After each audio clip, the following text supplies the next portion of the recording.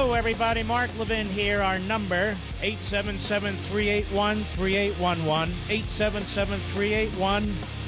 877-381-3811. I want to thank Tom and Inga and Brian for, I'm sure they're outstanding guest hosting while I was gone the last 3 days. Much appreciated.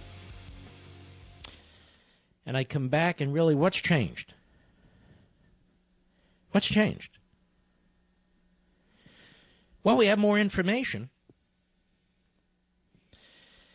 Before I get into what took place in Ferguson, and I've got a lot to say about it, I want to talk about fighting the war on terrorism. Because, ladies and gentlemen, I don't believe the American people have gone soft. I believe our politicians have gone soft.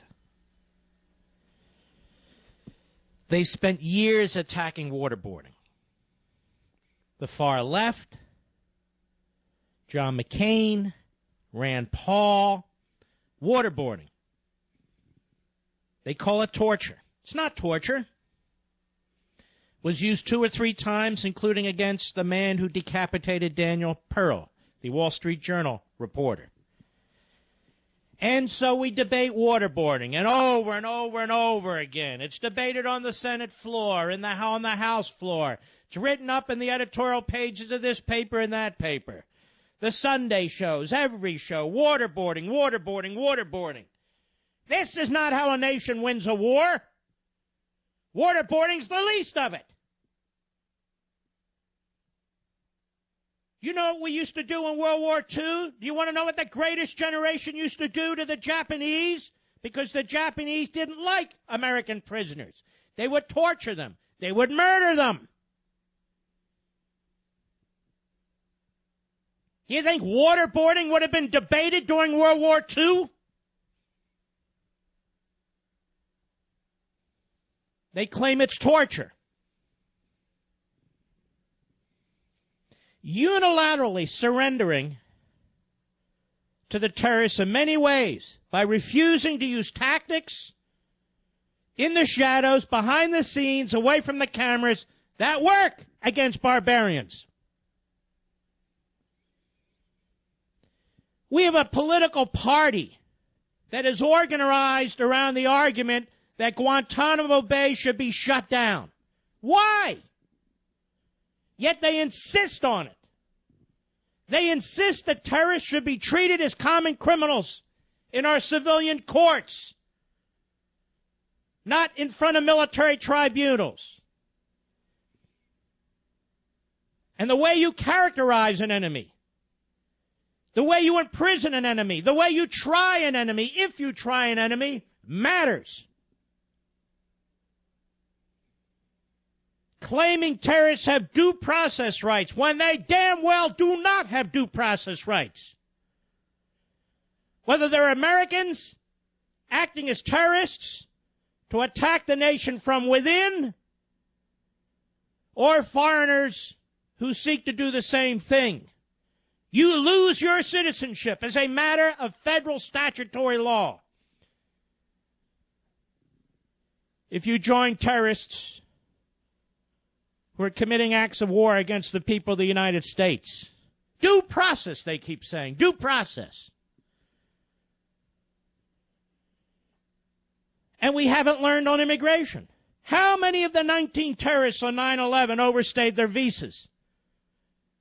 If not all of them, the vast majority of them. Well, what are we doing about illegal aliens? Because they're illegal at that point, who are overstaying their visas. Almost nothing. Because they haven't committed felonies. Does this sound like a government that seeks to protect the homeland? Oh, they build these massive bureaucracies with massive buildings and hire massive numbers of people. Oh, they're monitoring phone numbers and all the rest of it. But what about the basics? What about the basics?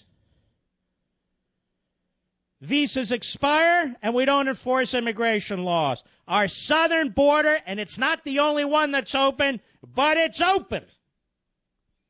And I'll say it again and again, as I've been saying over the who knows how long. It's not a matter of if, but when we're going to be attacked. And you can thank this administration for not securing the border. You can thank the Republicans in Congress for not securing the border.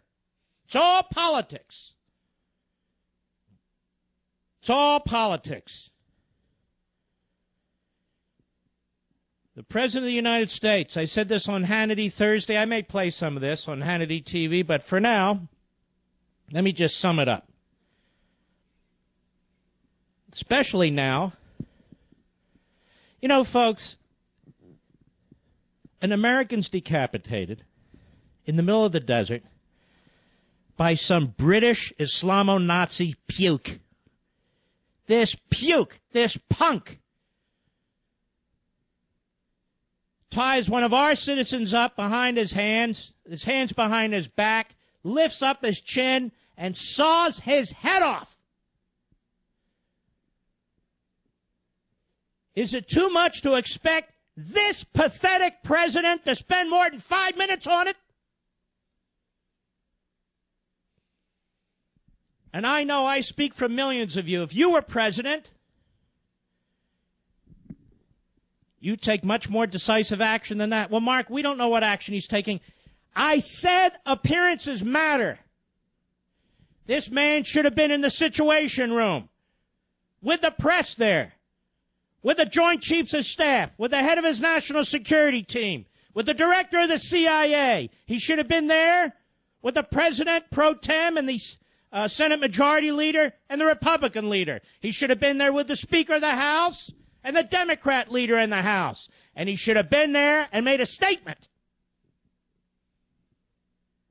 Not from the friggin' golf course.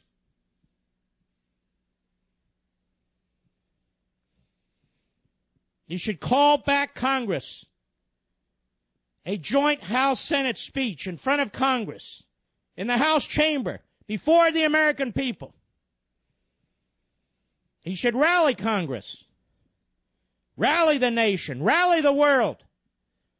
Lay out the case for the war against these cockroaches. Lay out the case to take out this ISIS. Estimated to be anywhere from 12 to 20,000. We can't take 12 to 20,000 cockroaches? Well, we can. And you should brace the nation for what's ahead. There's an Islamo-Nazi caliphate. It's there. It's on the map.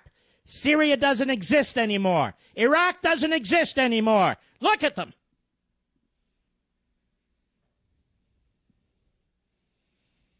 And of course he won't, but he should secure our borders and tell the racialist groups, the ethnic front groups, the nation's well-being takes precedence to their balkanization.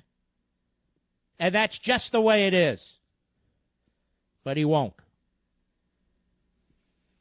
He should announce to the world that rather than unilaterally eviscerating the United States military, he's going to now massively increase its muscle. But he won't.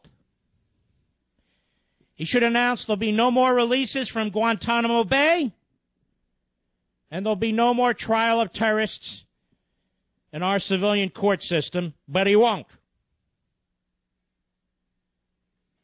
Mr. President, get your ass off the golf course. I'm going to be the father you never had. Get your ass off the golf course.